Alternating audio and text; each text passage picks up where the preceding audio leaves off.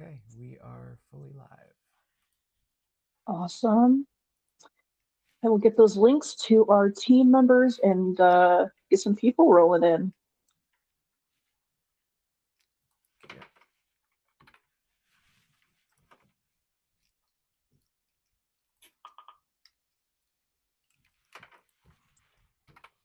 Awesome.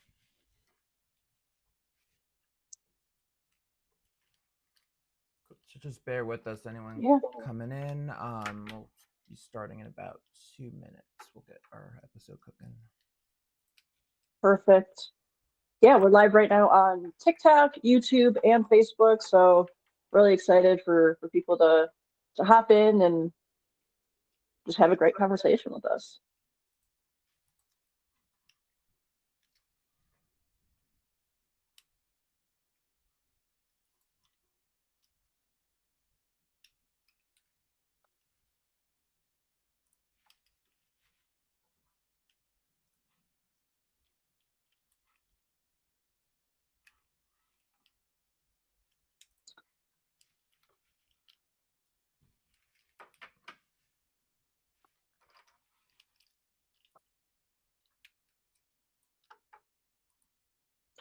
Perfect. Took me a second to figure out uh, getting into our Facebook Live to monitor the comments. Uh, this is probably one of the trickiest things of balancing Mm-hmm. comments and making sure we're live. And I think people who just watch TikToks as opposed to make them, that's something they might miss is how how delicate of a process it is. Yeah. Comments are definitely the harder thing to keep track of. Still not 100%. Think it's that comments box. Like I'm still a little confused how Facebook works.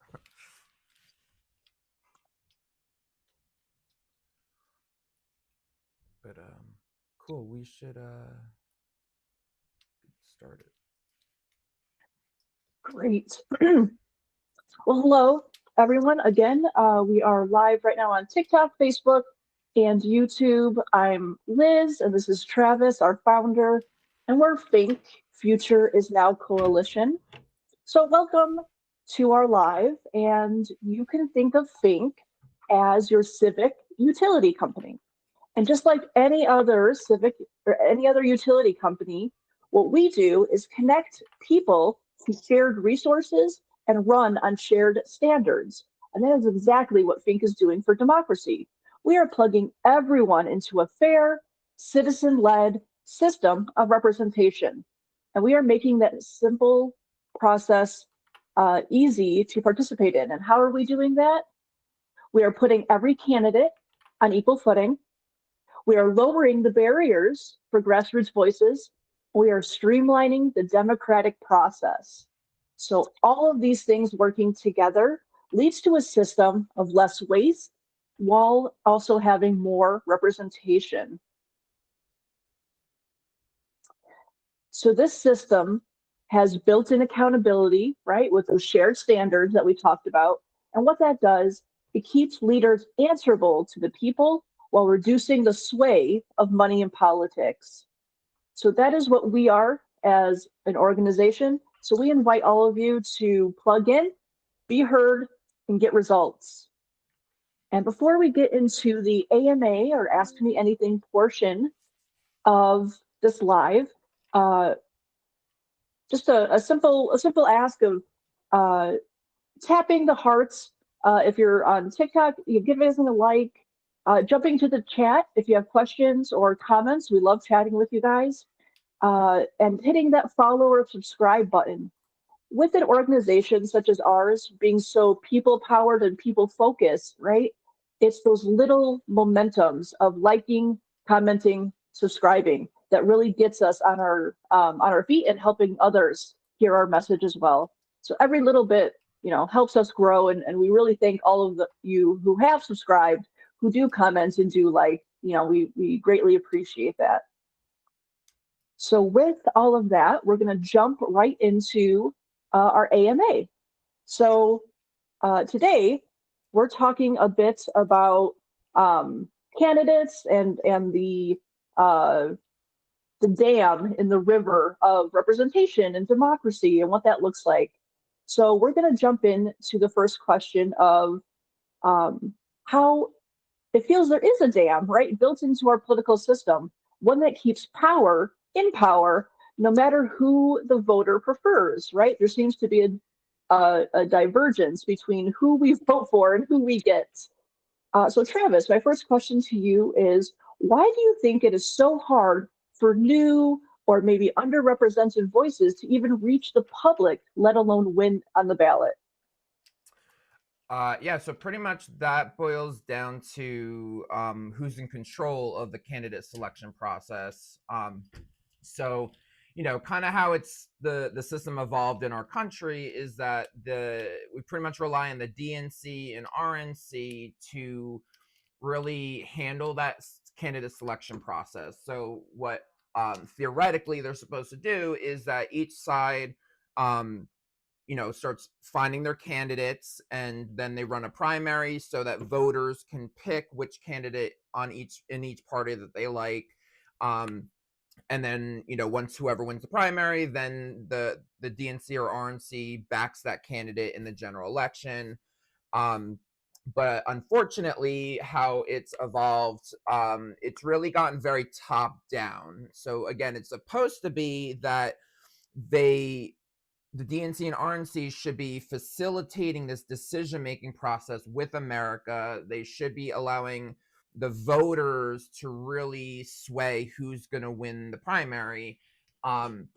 And that just doesn't happen. It's just, it's very top down. Basically, before a primary even begins, the DNC, RNC, and other party leaders, they already know which candidates they want to push through. They probably have one, maybe two or three top leaders or top choices, but they know who they want. They definitely know who they don't want, and it's really stacked against grassroots people, those that are not embedded with the establishment, embedded with the party leaders and the same big donors and the same people basically slowing down progress.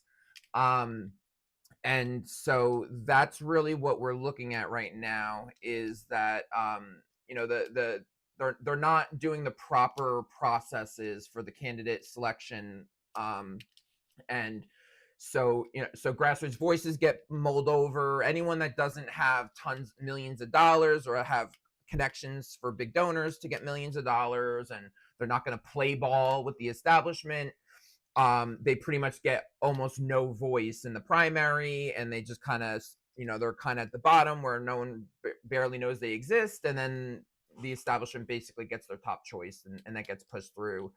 And it's not just the party leaders, but also the establishment media, everyone that's part of the same political machine, whether left or right, still a political machine, play this game the same kind of way, that you have to play ball with the establishment, play ball with the big donors in order to stand a chance. And so those that we would want to be elected that don't have the conflicts of interest and don't play ball with the big donors, those are the people, they just have a much, much larger hill to climb compared to the establishment picks.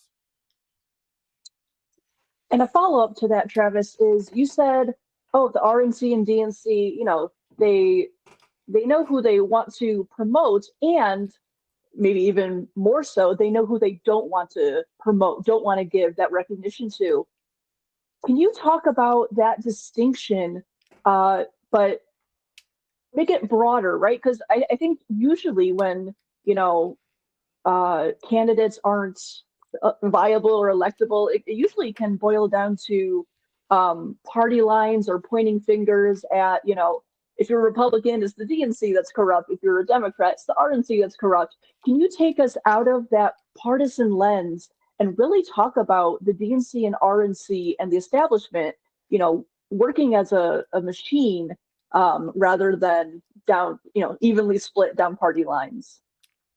Sure. Yeah. So obviously, there's obviously differences between Democrats and Republicans in the leadership spot, where they talk in a certain way. They're appealing to a very different demographic, the Democrats versus Republicans. And when on face value, both sides have to appeal to their voters. So the Democratic leadership and the DNC have to appeal to Democrat voters, and the same with the RNC, and Republican leaders have to use the language at least seem like they're fighting for the average voter on that side. So that's where the division is clear cut of left versus right in terms of like the general policies that they claim or are actually fighting for. But what you're saying, and as Fink, we call it up down politics, and the idea is, really asking, is somebody people first or power first, with each candidate. And so up-serving candidates are the ones that are power first, and so basically they appeal to their big donors, special interests. They appeal to the party leaders. They're looking to make those more powerful than them to be happy, rather than making the citizens and voters be happy. So those are the up-serving candidates, which unfortunately is the majority of candidates in both parties. But then there's down-serving candidates, which are the grassroots candidates. They try to lean towards small dollar donations. They're the ones that their goal is to appease you, the voter, and they want to appeal to as many voters as possible instead of just those above them that's in power. And it's really an either or. You can't choose both, because the more you're going to serve the people, you're basically going against the establishment. You're going against what the party leaders, there's a status quo that they want. There's a narrative that they're selling America.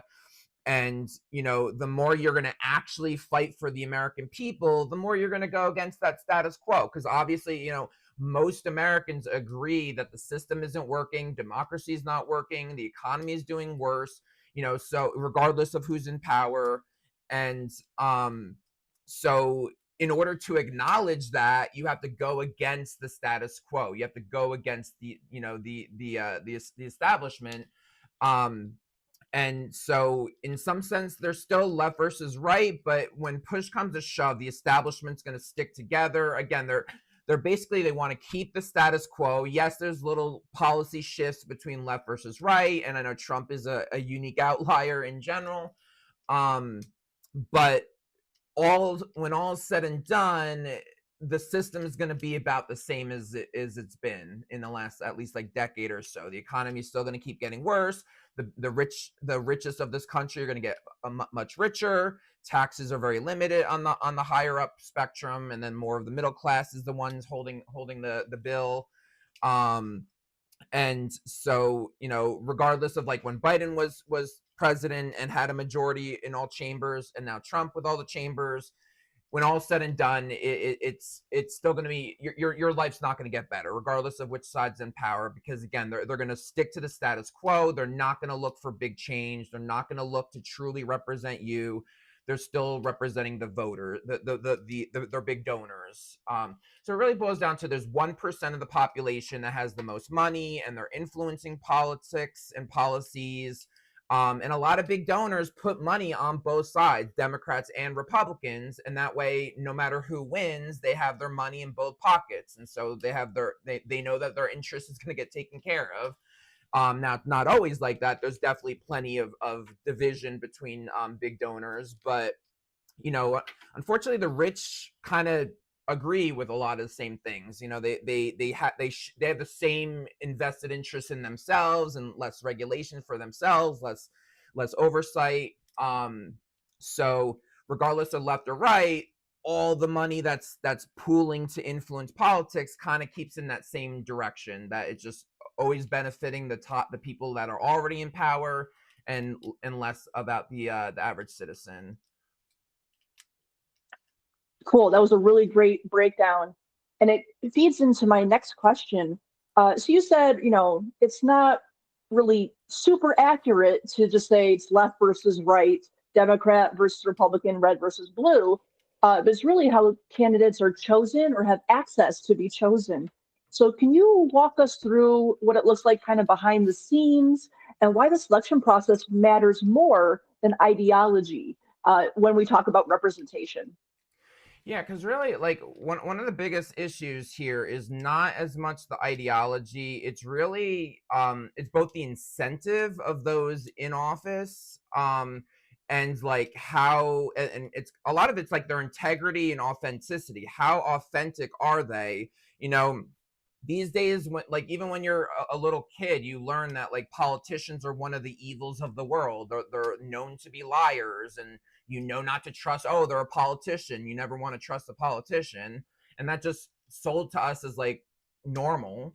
um but the truth is that, you know, we know this as a fact, but then when you find the candidate, when you're choosing your lesser of two evils, people tend to rationalize their decisions. So as soon as you make a decision on who you're going to vote for, you're going to rationalize, oh well, they're pretty honest, and like, you know, and it varies person to person, but generally you're going to defend the person, you're going to defend the choice you made, even if it's a lesser of two evil choice.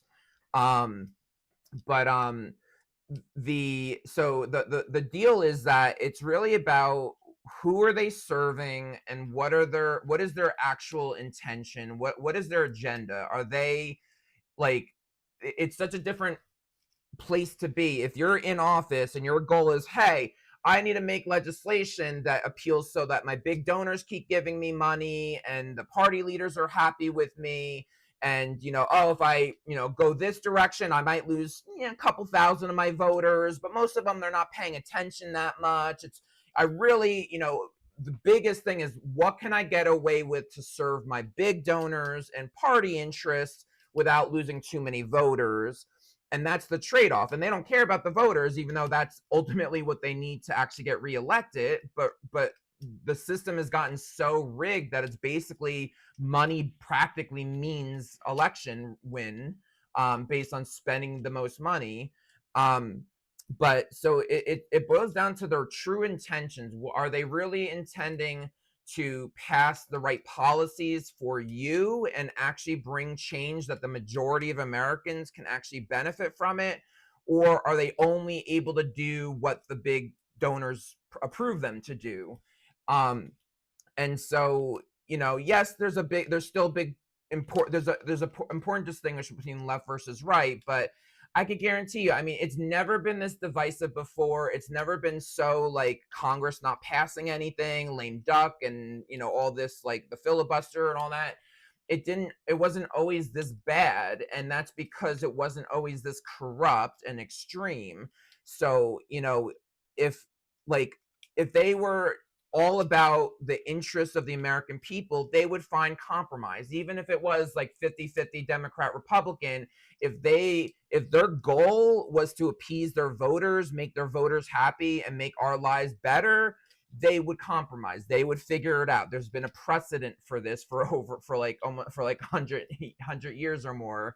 You know, it used to be like that. So it's really about that. So that's why we want to bring people's focus that this is the core issue, is that neither side represents Americans anymore, and it's just they're blowing smoke up our asses, and they promise you what they know you want to hear, but then ultimately they're going to serve their big donors. And again, it's not 100% of the of those elected, but it's up there. It's 80-90 at least, well, 85-90% of them, or more. And so, you know, if we flip the script and really get citizens to really pay attention in the primary, and through the whole process, really put the power back into citizens to control who's getting elected, it would completely change the system from the bottom up. I mean, right now, it really boils down to they force through the Democrats force through their candidate through a primary, the Republicans force their candidate through the primary, and then America gets to choose between two picks, both been approved by the establishment, one Democrat establishment, one Republican establishment. But if we like forego that process and actually choose for ourselves, citizens actually get to pick without the manipulation, without the fear tactics, without the noise, and actually pick the candidates that genuinely will serve us, the whole thing would change. And again, like, yes, ideology has a factor, but it's not going to matter as long as this is at the forefront, that they're not actually serving us as voters. Great. Yeah, that was a great answer. And I see a lot of people jumping in. So I'm going to do a quick reset of the room, but then we're going to dive into one of the biggest evils in politics today, which is money, right? So for those of you who are just joining or have been here, we are Think Future is Now Coalition, and you could think of us as your civic utility company. What we are building is one system where democracy is fair, simple, and accountable to the people. So we're about to get into, one of the biggest evils, which is money. But the system we are building allows every candidate to be seen, every citizen to be heard, and every journalist free to speak without the fear of demonetization. So this system provides less waste, more representation, and real accountability. Wouldn't that be nice? So if you're just joining us, welcome. We are doing an AMA with Think's founder, Travis, today. So jump into the comments, ask us a question, drop your thoughts, um, and wherever you're tuning in from, we're live right now on Facebook, TikTok, and YouTube. Uh, with such a people-focused, people-driven mission and organization such as Think, little momentums really add up. So hit that follow button, hit the like, hit the share. We're trying to engage with the people, and every bit of support from you guys really matters to us. So thank you. And again, jump in the comment section. We're happy to talk with you guys. But continuing on to our AMA with Travis, let's talk about money, right? So a candidate, as Travis has talked about previously, but also in this episode, a candidate has to raise thousands and thousands, but really today, millions and millions of dollars just to be visible to a regular voter like you and me. So that means that most of their time has to be focused on funders instead of voters. So, Travis, what would change if visibility didn't have to rely on a price tag attached to it? Yeah, so I mean that would really change everything. From like that would be the biggest change like that we've seen decades, if not ever. Right now, like money in politics, people, everyone knows that's bad. Like the statistics show 85-90% of Americans or more want money out of politics. They know it's not good for democracy, but most people have no idea how deep it goes, and like every single decision a politician makes in some way has to boil down to money in politics. And like some of it's subconscious, most of it they don't see themselves as corrupt, they're just playing the game as you have to play it. If you don't play the game, you don't get elected, so it's not really a choice. But if we can really flip that script and downgrade the need to raise that much money. See, that's what makes us unique in our mission, is that we know it's going to be it's a pipe dream to say, oh, we're going to make money in politics illegal, we're going to ban money in politics anytime soon. Like, that would be a pipe dream. We're not looking to actually make legislative change right now. What we're doing is between a mindset shift, of which we call digital politics, and building this new shared stage, which is what we're calling digital democracy, that it'll start leveling the playing field and lift every candidate. Basically, it builds a level playing field, showcasing all candidates equally, regardless of how much money they spend. And so just by doing that, if you lessen the need to raise that much money, that's how you start tackling money in politics. So part one of it is, so imagine if you're showcasing all candidates equally, and then so, as a citizen, you type in your zip code, you'll see all the candidates running. You'll see their policy stances.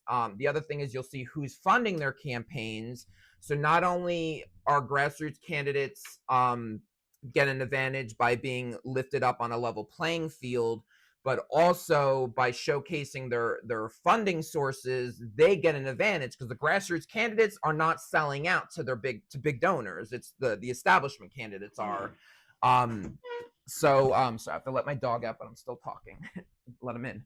But the so It'll actually, like, the grassroots candidates will have a more pure record and a better and less conflicts of interest and a better stance in um, following through on promises and stuff like that.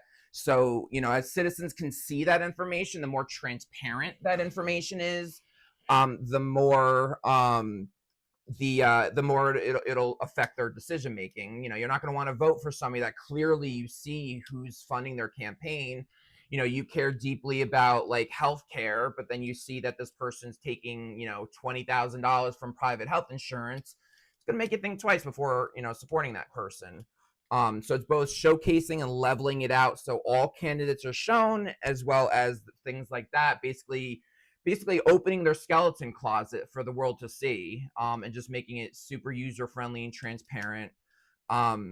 So with all said and done, it's basically, like, why do people need to raise that money? It's really to advertise so they're seen by their voters.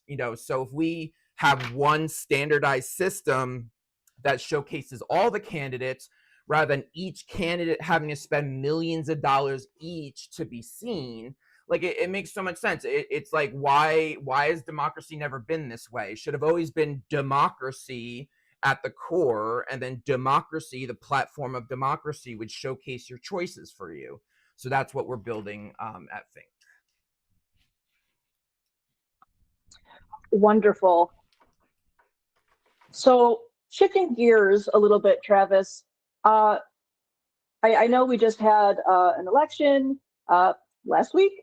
So something that comes with, as the midterms come about, as people are not so happy with leadership in government, on some people's minds are the primaries. So a primary, right, in how it is truest form, is meant to be democratic, but like many are sharing online, they often act more of a coronation. And we talk about that too, right? The establishment picking, those in power picking, and it's not a true democratic process.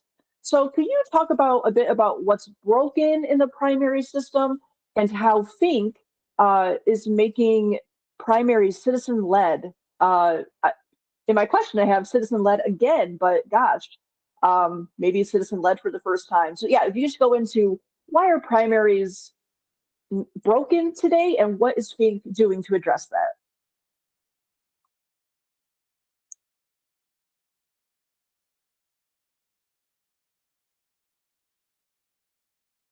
Oh, Travis, I can't hear you. Sorry, I forgot to unmute. So Cool. we pretty much already talked about like how it's rigged. So pretty much just to recap that, the DNC and RNC, before the primary even starts, they pretty much know who they want to win the primary. And so between them, the establishment media, everyone that's part of, like, the political machine on both the Democrat and Republican sides, whoever their front runner is of who they want elected, they're going to push it up. They're going to it's kind of like a self-fulfilling prophecy, but then also they're going to give the money backing, the media backing, and kind of push that person forward, so to almost guarantee they're going to win. And not 100% of the time, but almost always their pick wins. So that's how it's rigged. But so part of what we're talking about is doing a digital primary, or we might start calling it a people's primary, um, as we build this digital democracy system, basically allowing all candidates to basically compete with one another, and that's across party. So that's both, like, grassroots candidates in the Republican Party, Democrat Party, but then also third party candidates, independent candidates, anyone that wants to be part of the primaries, the people's primaries. We would run, basically, it's a digital primary, showing America, these are what your choices are, these are who's running. As it builds more and more, build more and more resources and money and awareness, eventually there'll be, like, debates between all these different candidates, and no matter what, there'll be big comparisons showing how each of their policies compare and contrast with one another, again comparing fundraising and conflicts of interest histories. um And so the goal is, kind of going back to the same, like kind of showcasing all these candidates, uplifting all candidate voices, but then also narrowing it down. You don't want 50 choices at the end of by the general election. You want to really narrow it down to like one, maybe two candidates. So there's different routes that this could go, but essentially it would be about narrowing down, like doing a different kind of like a contest with multiple rounds, or doing like a ranked choice voting type system. There's several different routes that we're going to test in different markets and see what America likes, and what works for everyone. But no matter what, the end goal is that it would narrow down which candidates are the most electable by the people before the general election. And for two reasons. One is, like, one of the biggest issues why like third parties can't win, and independent stuff, is that it's not just one, like, this is the third party that's going to run against the Democrat and Republican. There's like 10, 20 third parties running, so they all dilute their votes, they all spread people out. So it's never going to change if we're just stuck back in the lesser two evils. So what we're looking to do is help narrow down the choices, and then some of it might be some of the winners. It's going to be race by race, but some of the winners will end up in the Democrat Party, some of them will end up in Republican Party, and then maybe some are third party or independent. It's a matter of what the district is, and like what are their best chances of winning in that district. In certain states, certain districts, independents have been known to win, and even third parties have been known to win. So maybe they'll stay as a third party candidate. But it's almost like the party lens is basically secondary. And it's really just about you as Americans choosing the candidates you want. It adds more fluidity on their policy stances. A lot of people say that, sometimes people lean more left in one way and right on another way. And so these candidates can be a little bit of a mix up and not just two very clear boxes of differences. So regardless, the idea is giving all candidates a chance, and then still narrowing it down so it's not overwhelming. Over the span of the people's primary, it would narrow down until there's only like one or two contestants. And then the other part of it too is, then by the time there's a winner, you'll also get a sense of electability. So, even if they're not the establishment pick, and even though in normal circumstances the establishment would say, oh, that person's not electable, no one's going to want them, it'll just be a waste of your vote. Well, we're going to test that before the general election. You're going to see proof if a candidate truly has a chance to beat the Democrat and or Republican, or if it's a waste of vote. Like, we'll be honest with you. There'll be honest, proof on that, as part of this process, because viability and electability is a major, it's an important factor for people now that while we're still stuck in this like winner take all system. You're only going to vote for somebody if you feel like they have a real chance to win. Otherwise, it feels like a waste of votes. So we're acknowledging that in this process, and through the end of a primary, you would know the electability of each candidate and their chances of actually winning the general election.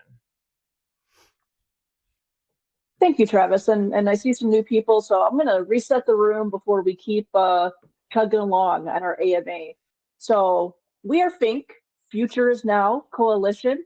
I'm Liz. This is Travis, our founder, and we're live right now on TikTok, YouTube, and Facebook.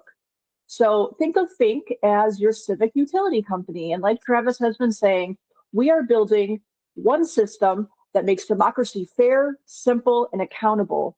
So if we eliminate things like establishment, gatekeepers, and big money, and just the rigged nature of the system, we are building an alternative system that ensures every candidate is seen, every citizen is heard, and every journalist is free to speak. So this system that we are creating with America has less waste, more representation, and real accountability to those we place in power. So if you're just joining us, welcome. We're doing an AMA today, so feel free to jump in the chat with your questions, your comments, your reflection. Say hi to us. And as always, as we keep growing and with such a people-focused mission as ours, every like, every subscribe, every follow does a world of wonder to helping others hear our message. So we invite you guys to subscribe, to follow us, to hit like. All of that is super appreciated to an organization such as ours. So keeping the train rolling, we're going to talk about the major parties now. So Travis, both major parties seemed really focused on protecting their brands, right? Their distinction from each other, rather than representation and building trust with the American voters. So if we are reframing politics, like Travis said, up versus down, people people first being down serving, and then power first being up serving. If we could reframe politics away from the simple left versus right and add that layer of up and down, what kind of shifts in language, thinking, and even electability could we see? Um, so let's say language. So with digital politics, we are adding more neutral language. Like right now, the both sides, the way they say things, like inherently has biases in it, and inherently brings it to a certain direction. So we're actually coming up with a lot of language that's a little more objective and neutral. That because ultimately those that are promoting democracy should really just be giving you the objective information and then allowing citizens to make their own decisions. Yeah, the politicians, they're going to be in a certain ideology, but even then, they should be trying to be objective. Even if they're fighting, like if they genuinely believe in an ideology, that's fine. There just should be more objectivity, less manipulation in the language. Um, and then in terms of what you asked, what was the other question? Um, Just what would that mean? What kind of system are we trying to build where uh, uh, we add this additional layer of people first or power first? What would that look like in a perfect world if that's how we really approached our politicians? Gotcha. Yeah. So I guess kind of what you're getting at is like we envision a way that we could all talk about democracy as a whole, and like even if you disagree with your neighbor on specific policy stances, we right now we need to upgrade democracy. We have to upgrade like how we choose our candidates, how politicians campaign, the need to have money, the lack of accountability. Like these are all structural issues with our democracy, and it's the core problem that we're having right now. Like the money in politics and the not being represented, that's all structural issues. It's not an ideology causing that problem. It's the structures and how it ends up unfairly choosing candidates without our consent. um so some of the language, like when you're talking about it with the lens of DP, digital politics, it's more about it's really something that most Americans would agree, and talking about the structure of the system itself. So for example, if we just put more energy as a collective society into building a fair democracy, a true democracy, transparent, accountable democracy, then like all those things that we can't agree on, the policy stances and stuff, like, yeah, it's heated. Yeah, we all get very energized and feel very strongly our policy stances. But a functioning democracy sorts those issues out. And the only reason it's not getting sorted out right now is because we're not in a functioning democracy. But like the whole point of why democracy even exists and like all this checks and balance is basically how to break through decisions when we don't all agree on something. That's why the system works. That's why each district has their own choices and states have their own choices. It's to build this whole decision making process to sort out when we don't all agree with each other. But again, the problem is systemic. The system itself is not functioning properly, and all the other stuff is symptoms of that problem.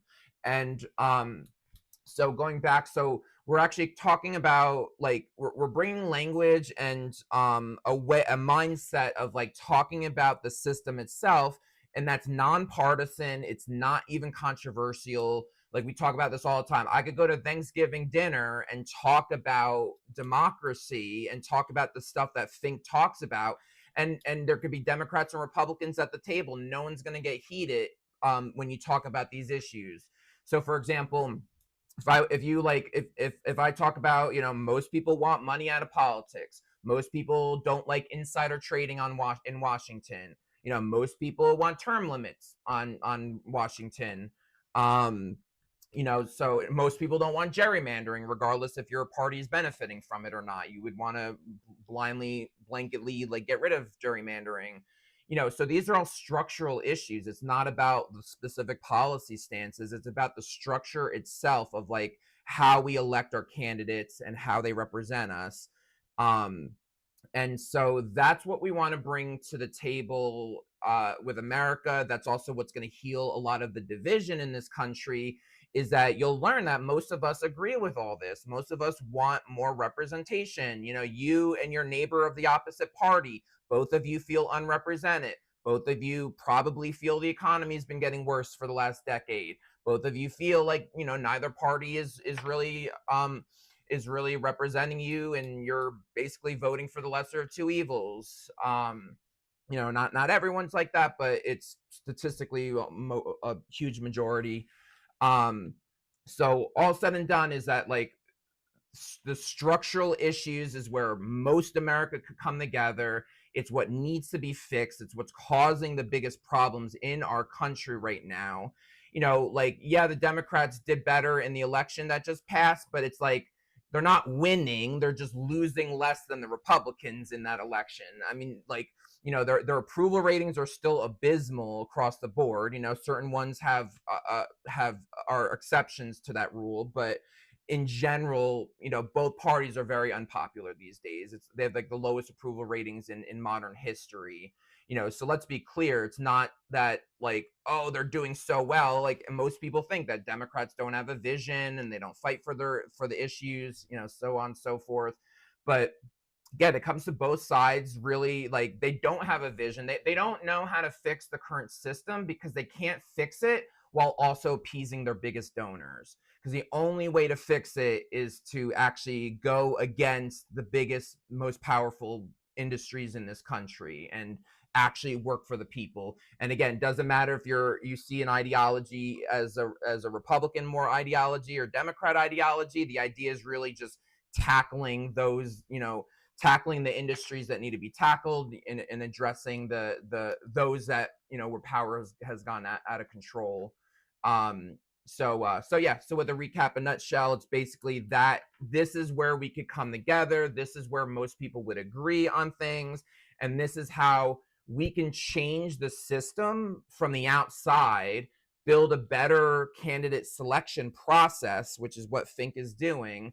And then by having a better selection process, and it evolves how we decide who we vote for, changes and then, all that matters is changing the results of the election. If we could get America on the same page of picking better candidates that they want and not even having to push them on a certain policy stance, left or right, we just want them on up or down. We want them to vote for more people aligned candidates, and that will change the entire system.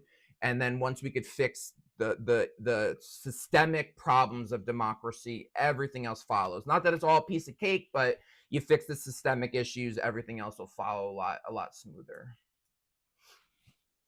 Wonderful. Well, that's going to wrap up our AMA today. But I have a kind of a parting thoughts that if you want to react to after I say it, Travis. But in today's system, right? We get a lot of promises when people are on the campaign trail. We get a lot of, hey, at least I'm not that guy, right? Kind of rhetoric. However, what Fink is building and wants to grow with America, what if you could see campaign promises tracked? right? So it's not just in November you're sold this bill of goods and then nothing happens, right? That's kind of how it is. It falls flat. There's no real accountability to the promises made. What if you could peek behind the curtain and see that the person who is claiming to be about the environment and clean water is also lining their pockets with big oil money? You know, what if there was a way to address and approach who you vote for in a much more systemic and um, less noisy way, but have actual facts in front of you? That is what Think is building. We don't have to wait 4 years after you elect someone to say, "Oh gosh, I guess they never fulfilled their campaign promises." We are building a one-stop shop that tracks promises, has politician report cards so you can actually view and understand who you're giving your vote to, and making the ability to engage in your own democracy user friendly and simplified to engage with. And so that's really what we're doing. We are saying, gosh, you're not being represented. The system is just built against you. Let's have an alternative system to the rigged party, two-party system right now, so that representation can happen. Voting actually equates to being represented, and big money doesn't run the show, right? Us, the people, run the show again. And that's what we're building. So I don't know if you had a thought or two after that, Travis, but I'll wrap us up after that. Yeah, I mean that's all good. So yeah, just keep it. There's a lot to what we're talking about. We're basically, we have this blueprint to unfold. It's a multi-phase process of just really all about empowering you as a voter, you as this American citizen, and really moving the needle towards representation. I mean, again, that is the core of all these issues. Whatever side you hail from, it's not about one candidate, one president. Everything bad about right now, you have to see it's a symptom of a bigger problem, and it all boils down to, it's a concentration of power, money in politics, and really just that we have the power to vote, but we're manipulated into a false choice, and that's what we need to overcome. And so Think has that blueprint to overcome it. So you can learn about us at futureis.org is our website, futureis.org. Our handle is futureis.org on socials like TikTok, Instagram, Facebook. You can see all our handles on our website. Go down to the footer. But yeah, so there's a lot of information to learn more about this, and actually we're rolling out our DP Lens app hopefully in the next couple weeks, and that's gonna not give you everything all at once, but it's gonna be another big milestone forward once we launch that app, to allow people to start coordinating and add their names and really getting involved in building the future of politics with us. Awesome. Yeah, really excited about the DP Lens app. Another, it's the next stage of engagement and talking with the citizens and getting feedback for what we're building. So thank you guys for tuning in today. We will be going live again tomorrow at 2 Eastern and 11 Pacific, and we are live every Tuesday and Wednesday. Thank you guys for joining us, and we'll see you tomorrow. Yep, thank you guys.